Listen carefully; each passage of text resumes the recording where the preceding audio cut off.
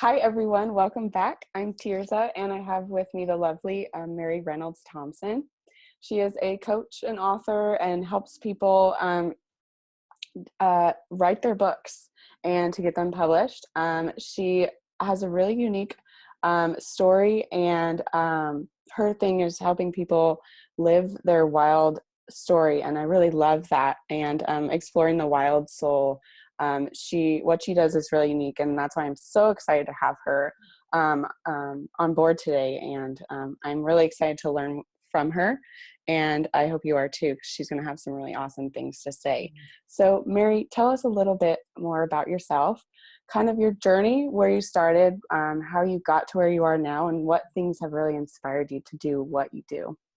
Oh, thank you, Tirza. And it's really nice to be here. And I'm loving the sign behind you that Oh, says thank you. creativity takes courage. And I think that that's really true. And from my perspective, it also really takes wildness. Mm-hmm. So one of the things that happens to us in life is that the world comes in to tamp us down and tame us and sort of have us walk this very, very narrow path.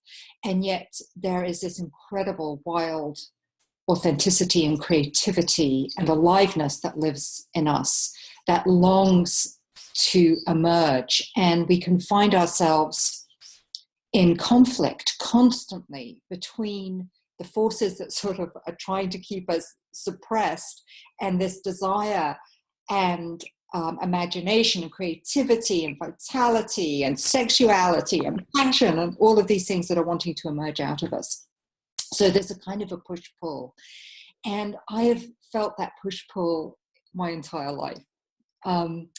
My very first memory is of trying to escape from my baby's crib when I was 2 years old or even younger, and getting my head stuck between the bars of the crib and screaming bloody murder, and having the handyman from the block of flats that my parents lived in at that time come with a huge, great big burly guy with a big saw in his hand to cut me out.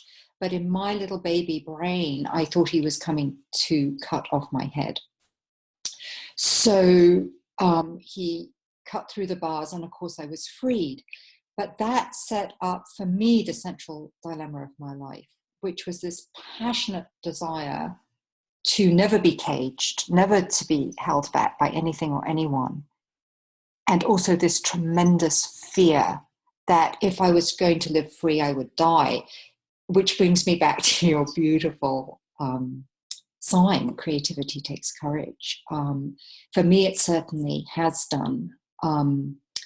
And my path into owning more and more of myself and becoming more courageous really has been the path of putting my feet on the wild earth, and finding that when I bring myself in alignment with this amazing planet that we emerged out of, then I find within myself a sense of boldness, a sense of fierceness, and a sense of aliveness that helps me break through and overcome that fear in order to fully express what I, in my particular quirky, as we all, way, want to express.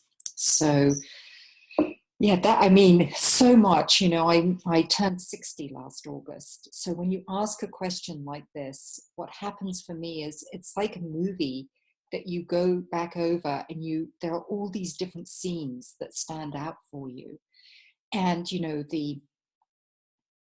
the crib is definitely one of them. Being a little child born in London and the city, but being taken by my parents to southern Italy, and riding wild pigs in the mountain and sleeping in caves and,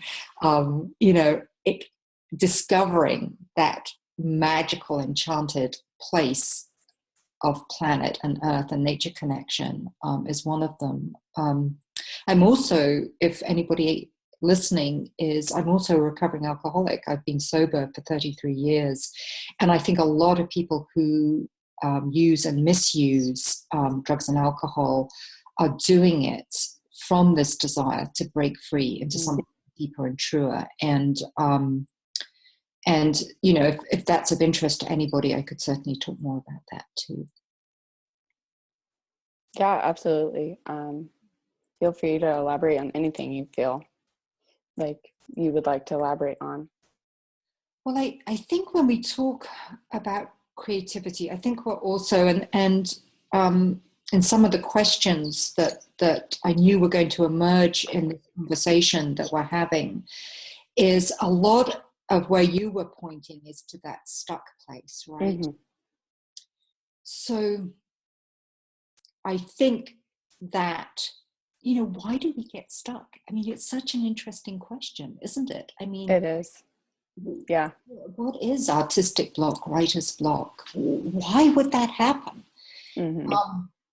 And we kind of know it. We have these fierce inner critics, right? We have these terrible voices that come in that some we've assimilated from somewhere. Right. You know, Right. that speak to us and say, you can't do it, you're so stupid, you have nothing to say, nobody will be interested, you paint horribly, you know, we have that old English teacher who said, you know, you can't write anything, never, whatever you do, follow any career you want, but don't have it involve writing. You know, I've worked with people like that. Mm-hmm. And so again, just coming back to this sort of theme of how we get held back and in, well, no wonder we resort to drugs, alcohol, inappropriate behavior, whatever it be, to bust through, because we know that there's something more in us that wants that, but we don't know how to get there. Mm-hmm. And it's tough. And that creates an incredible, as I've mentioned before, this incredible tension within us of implosion, explosion. Right. Yeah. Not nurturing the wild soul or the creative side of everyone. Right, right. And I think when you say everyone, that's so important and true. Mm-hmm. And because, you know, people say to me, well, I'm not creative, right? Have you heard that before? Yes. Yeah. It's like, how can you not be creative? We evolved out of a 13.8 billion year cosmological story that is all about being creative. Mm-hmm. And that is our story. That's the biggest story. I mean, we have our very personal stories, but we also have this cosmological story. And what it tells us is that we have within us, flowing through us, the creativity of the universe. So to say that we're not creative is a nonsense, right? Right. Yeah. It's a complete nonsense, but it can feel terribly, terribly and deeply true, because we've been told that creativity is for a select few people. And we live in a culture that demeans creativity and puts it aside as a hobby. Well, nice, dear, you know, when you have time, lovely, you know, go do that. And that actually is a terrible thing to do, because if we're not living creatively, we're not fully alive. We just aren't. Yeah. Yeah. I wholeheartedly agree with that. Mm-hmm. Yeah. I think there's a large majority of people that aren't living to their potential and really digging deep into themselves and learning what it is to really discover yourself. And I think that's part of creativity and, you know, taking that time to discover who you are. We're so afraid to do that because there's some really dark stuff in all of us. And so having to face that, and I think a lot of that dark stuff comes out when we're trying to be creative, because creativity sometimes is a reflection of, you know, what we believe ourselves to be. And so I think there's a lot of fear in that. And so, Yeah. Yeah. That's really important what you're saying. I think that's really important. We feel there's a lot of dark stuff in us, and there is dark stuff. Obviously, Mm-hmm. in fact, most of the universe is comprised of darkness. And if we're going to go back to the nature connection, it is natural that a lot of us is comprised of darkness. But of course, everything is birthed from darkness. You know, we Mm-hmm. come out of the great blackness of the universe, we come out of the womb, we come out Mm-hmm. of the earth, we come out of the dark places. So there's something about the courage of standing and feeling those places of woundedness, Mm-hmm. hurt, anger, rage. I've been writing a lot about rage recently, and particularly with women, this, Mm. the permission to give voice to our rage. Yeah. Yeah. And and that can feel terrifying, right? Mm-hmm. Worry literally that we'll combust, we'll just combust into flames and be brought to ashes. It can feel so overwhelming. And yet, this is the way that we get rebirthed and rebirthed and Mm-hmm. rebirthed through the creative process, getting closer and closer through the darkness to the light. And that's the irony, that we have to work through all the dark matter to find the light. Yeah. And, Yeah. and I do say to people who are thinking of publishing, for example, and the writing is, very simple thing of heal before you reveal. So in other words, write these things, share them in sacred circle with people who are close to you, who can support you, who can hold you, um, and love you through this process. But don't don't get it out there until you've done it's a little bit more healed. Write it when it's raw if it needs to be. Mm-hmm. Don't make it public while it's still raw. Right, because it's still in that place of that sacred space of learning to discover yourself, and maybe not writing for everyone else to see at that moment. Right. Yeah. Right.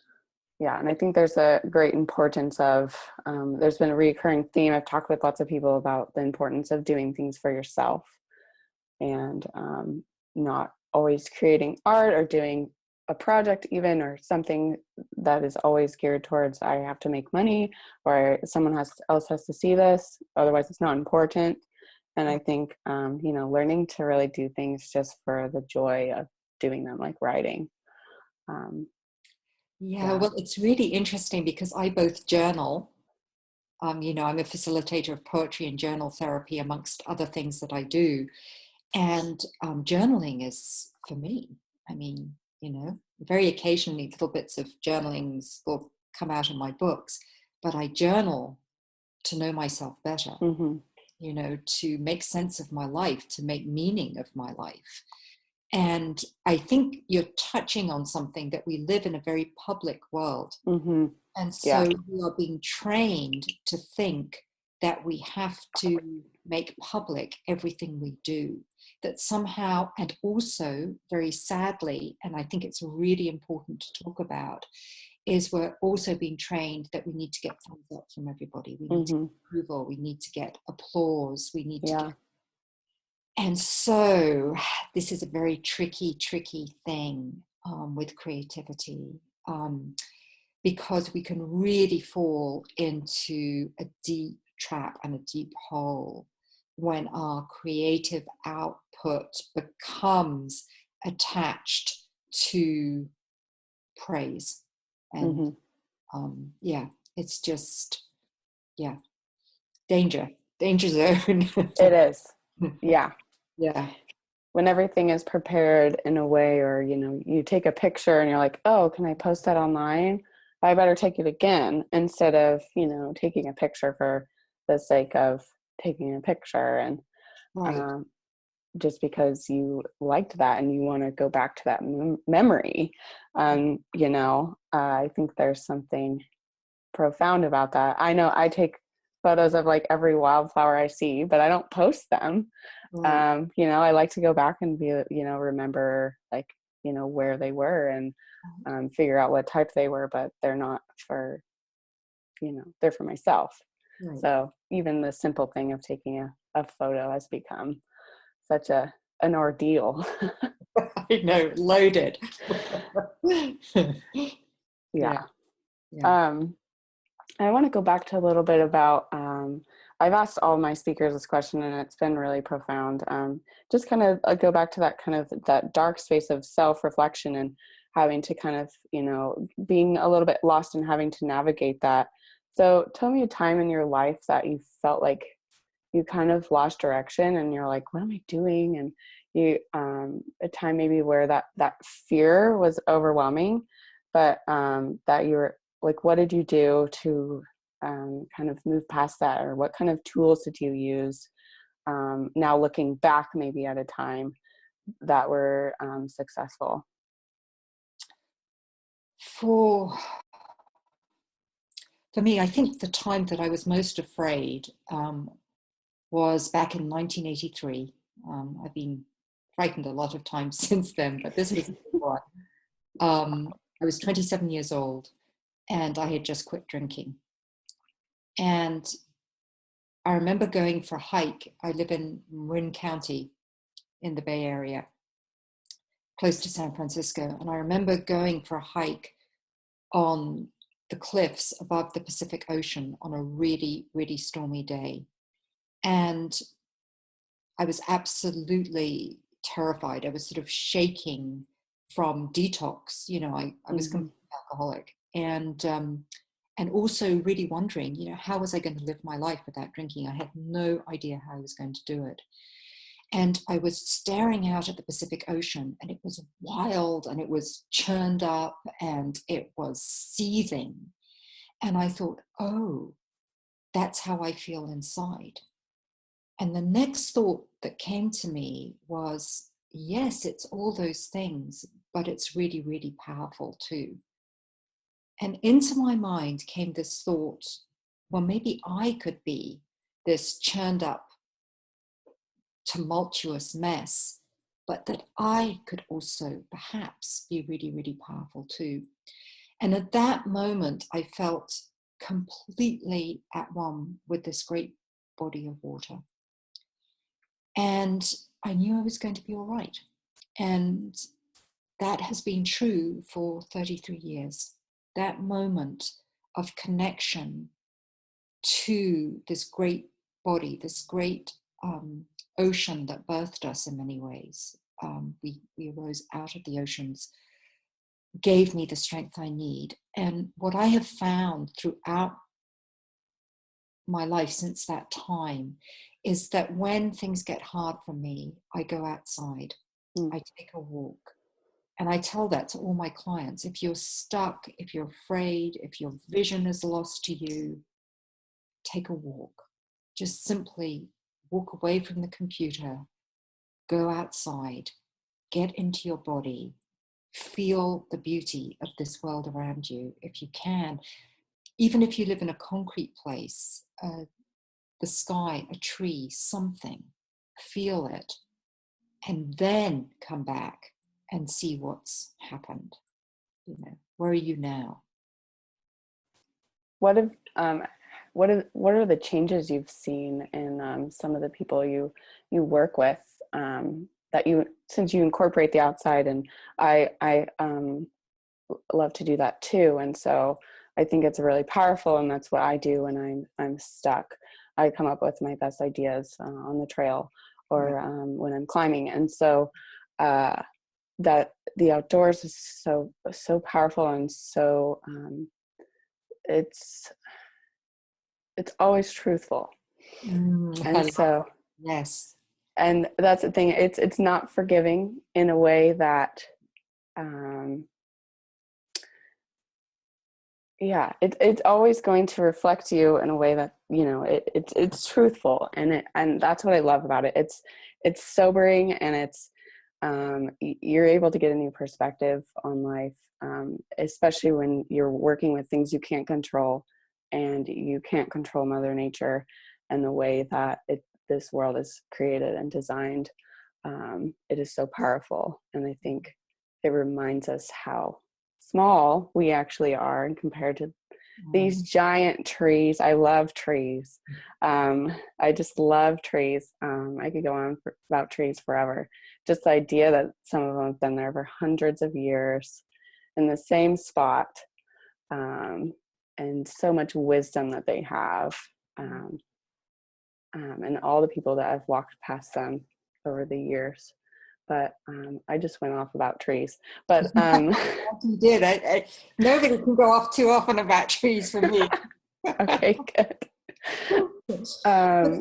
But that actually takes me to, if I may, I'm going to take our listeners on a journey that I take many of my people through in a very, very simple form. And these are the earth archetypes that I write about in Reclaiming the Wild Soul, which is one of my books.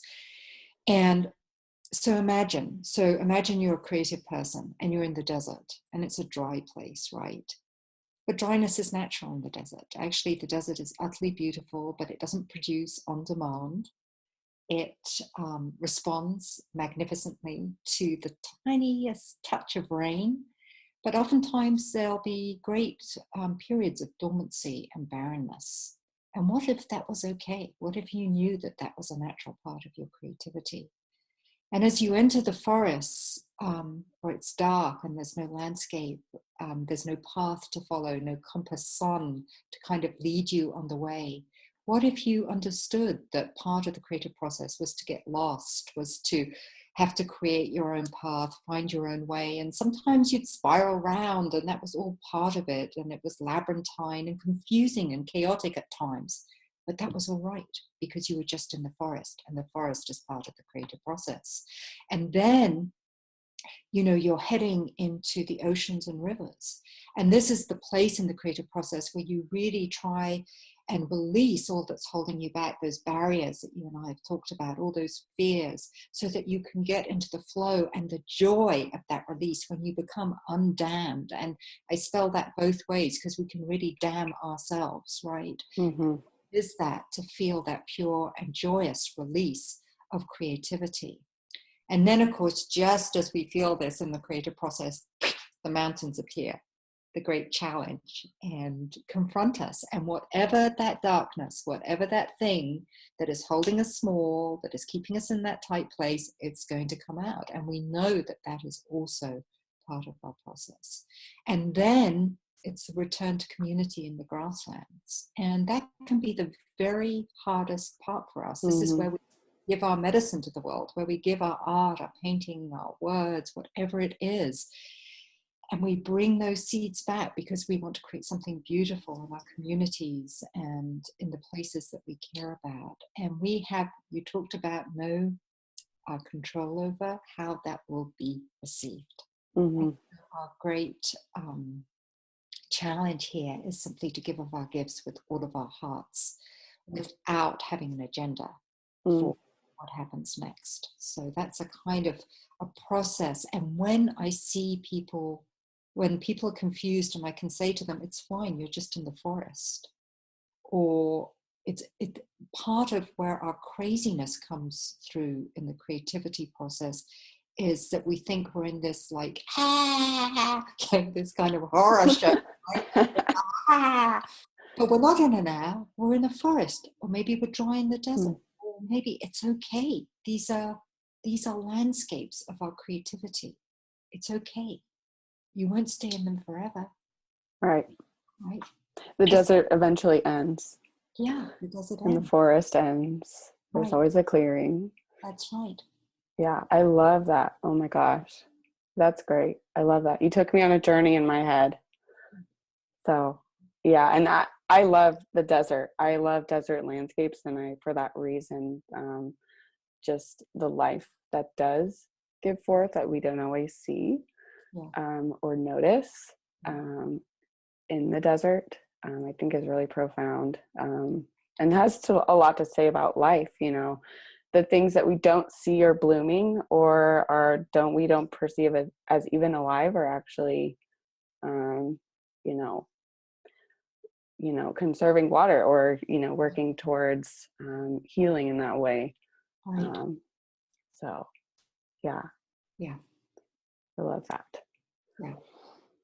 Yeah, once you start to play with these archetypes, watch out, because they they don't stop. They're the archetypes that keep on giving, right? Yeah. Uh-huh. That's what you said about the desert. That's really true. Yeah. Yeah. Yeah. And I think California has had a great year for, like, everything's in bloom right now. I've been looking at Right. photos. Yeah. Things that have been dormant for years because Yeah. a drought, a suddenly aren't I beautiful? Yeah. Yeah. Yeah. Gorgeous. Gorgeous. Yeah.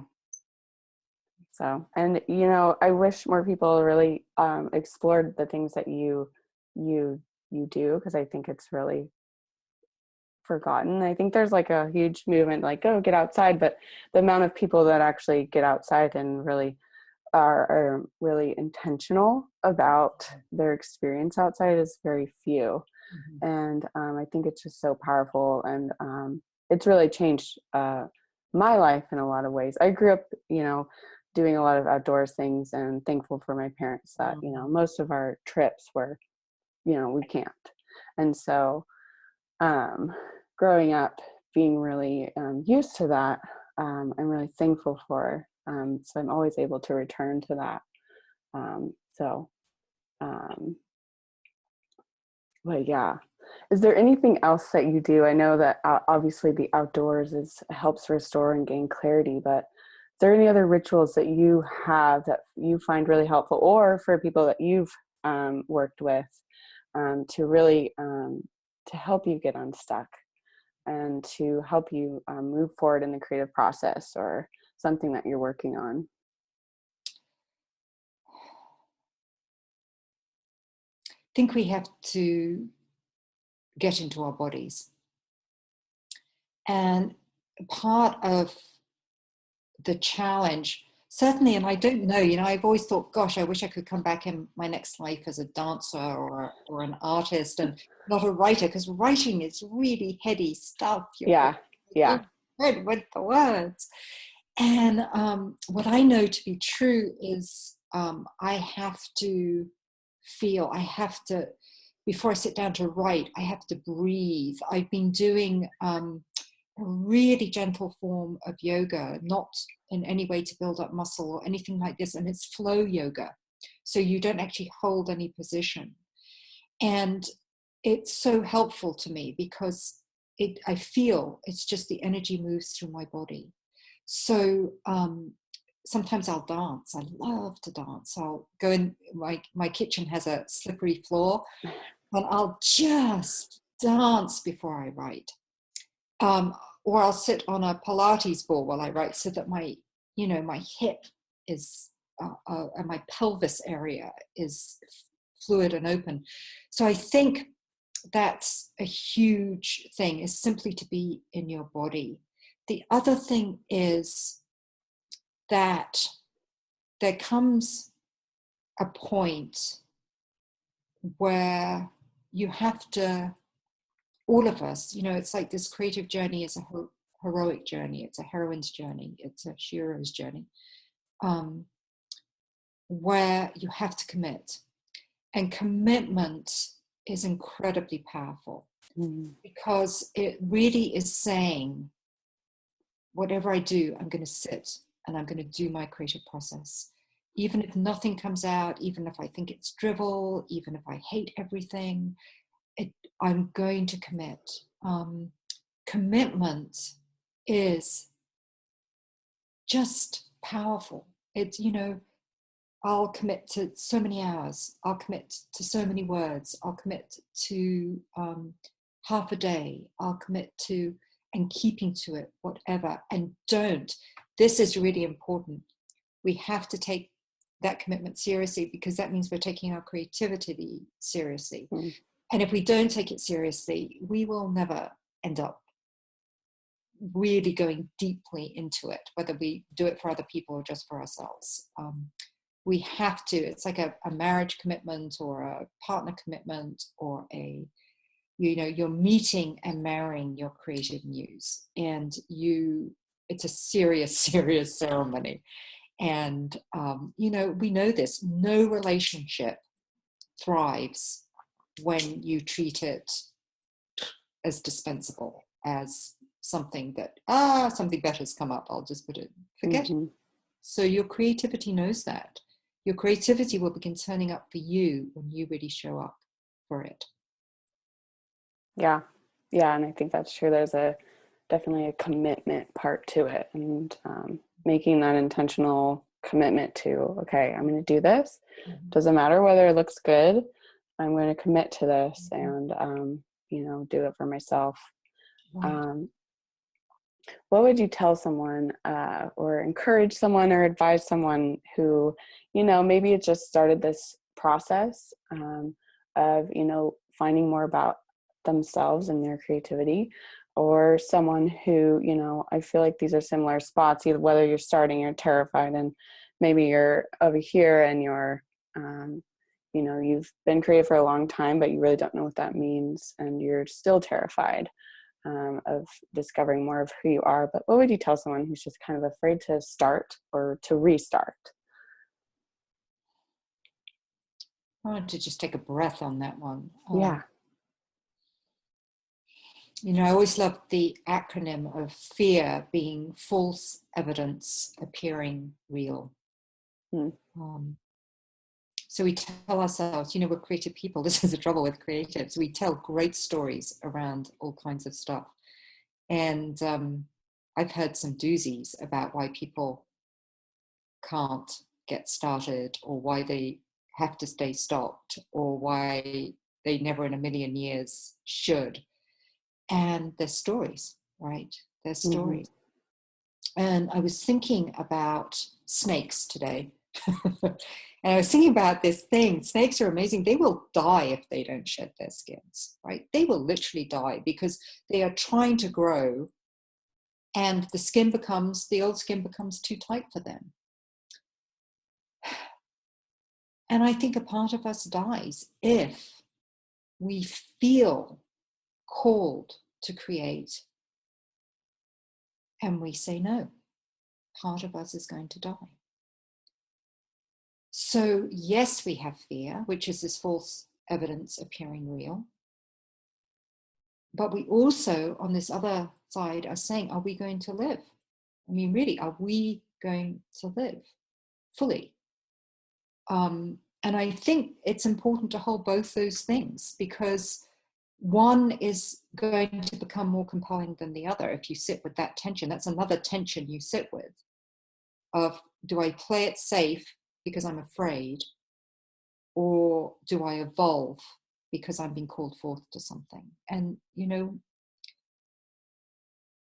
to sit with it, but not to make light of it. I mean, I really don't make light of that. I really think if we deny our creativity, we go through life less ourselves, less fulfilled, less able to fulfill our destiny. Yeah, that's really powerful. And it's so true. And if you're watching this and you have that creative being, and whatever it is, if you are an artist or an entrepreneur, having that inner deep calling to do something that is maybe a little bit outside of the norm, or in our culture and society, that a little piece dies if you don't listen to that. And I've heard numerous people say, or read in various books, that if you keep pushing it down and down, it's going to explode. And it's going to come out in a way that's not always healthy. And so learning to nurture that, and acknowledging that it's there, is so crucial. So, yeah. I want to close out, and I just want to say thank you so much. And before we go, Mary is going to talk about her gift, and the link will be below us. And so I encourage you to check Mary out and all the work that she does. She has some incredible books and does some incredible work. So take it away. Well, actually, I'd love people to check me out, and you can just go to check me out on www, right, MaryReynoldsThompson.com, and you'll find loads of videos and all kinds of things, including you can download a Wild Soul mandala there, which will take you through the landscapes as a sort of daily meditation. So feel free to do that, and it will also lead you to my Write the Damn Book website if you also want to check that out. But my gift for you, special gift for you today, is actually a forest meditation, and it's a beautiful, I think it's a beautiful piece that I co-created with a marvelous musician, Richard Wormstall, and it's 6 minutes long, and it's an invitation to kind of invoke your forest magic and your witch woman or your witch man, if you're a man, and to really just kind of conjure up that kind of deep embodied instinctual knowing that is in you, and which I think is really important for creatives to touch into. Awesome. And the link will be below us. So I encourage you to download that and even start your day with something like that to really gain clarity and direction. So that's awesome. And thank you, Mary, for taking time out of your Friday to interview with me. It's been such a pleasure, and I've really loved the things you've had to say. And but again, like what you say is so unique and so needed, and it really makes my heart happy. Thank you. Yeah. So it's been lovely talking with you too. yeah. So thank you so much.